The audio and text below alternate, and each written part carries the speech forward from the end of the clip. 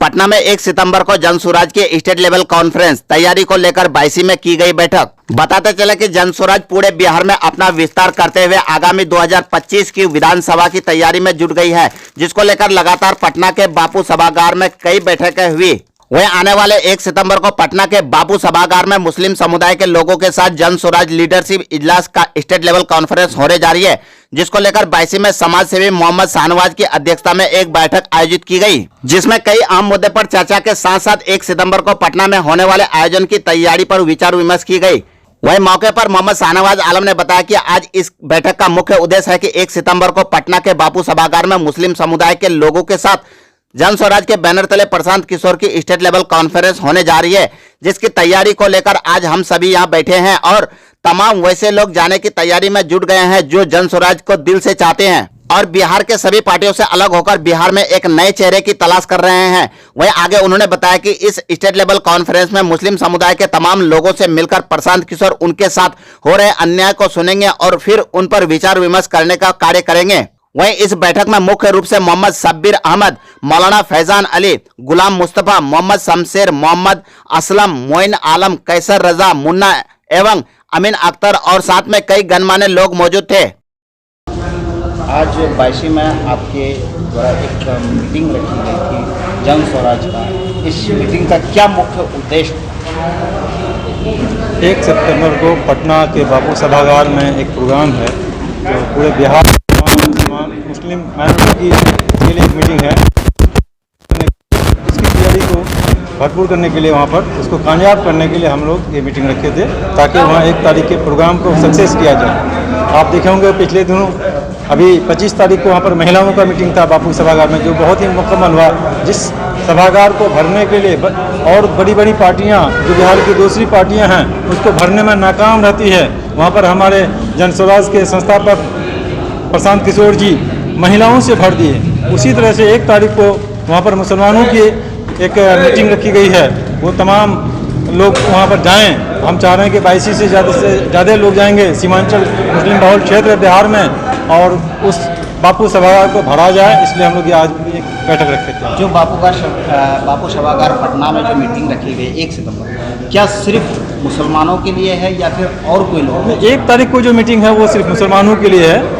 असल में वहाँ पर इससे पहले पर युवाओं का अलग हुआ और महिलाओं का अलग हुआ, उसके बाद हर इसका सोशल मीडिया के लोगों का अलग हो रहा है। ये बारी बारी से अलग अलग लोगों को सबको वहाँ पर कर रहे हैं और एक मुसलमानों को इसलिए बुलाया जा रहा है कि ताकि हम लोग वहाँ पर जान सकें कि प्रशांत किशोर जी मुसलमानों के साथ क्या करना चाहते हैं और क्या उनकी राय है, तमाम लोग जानें। ये नहीं कि और जैसे लोग और पार्टियाँ जैसे वोट लेती है मुसलमानों को सिर्फ बीजेपी का डर दिखा के क्या ये भी वही करेंगे या फिर इसके लिए इनके पास क्या है मुसलमानों के लिए वो अपना बताएंगे और फिर यहाँ के लोग सुनेंगे उसको। ये जो मीटिंग रखी गई है 1 सितंबर को मुसलमानों के लिए, क्या मुसलमानों की सारी समस्याओं को सुनी जाएगी और फिर क्या उन पर कोई विचार किया जाएगा?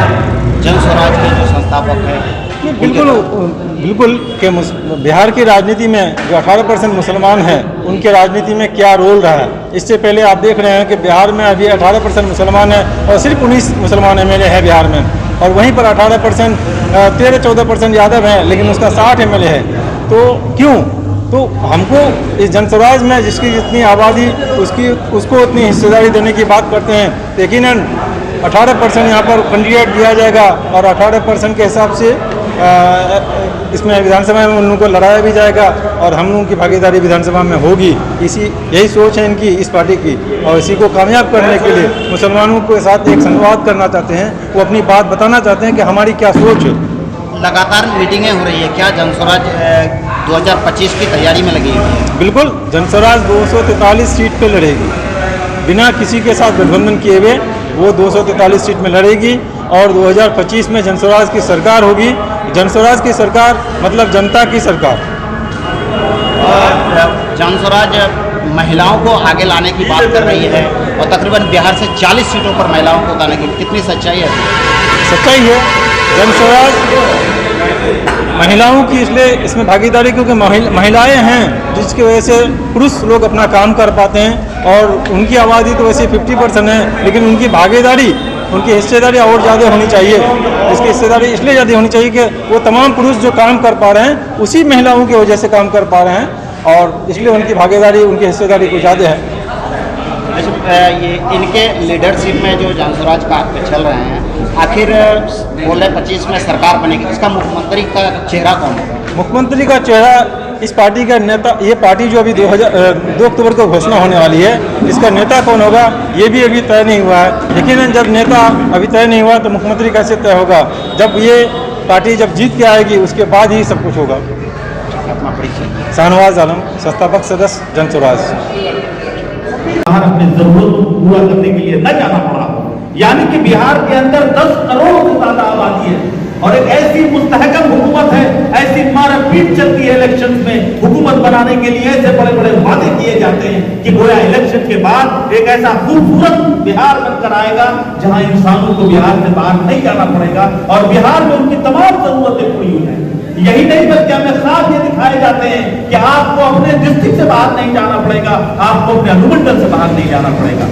लेकिन प्रशांत किशोर ने यह देखा कि जब मैं बिहार से बाहर जाता हूं और बिहार के अंदर बिहारियों को देखता हूं तो 2 मुख्तलिफ बिहार नजर आता है।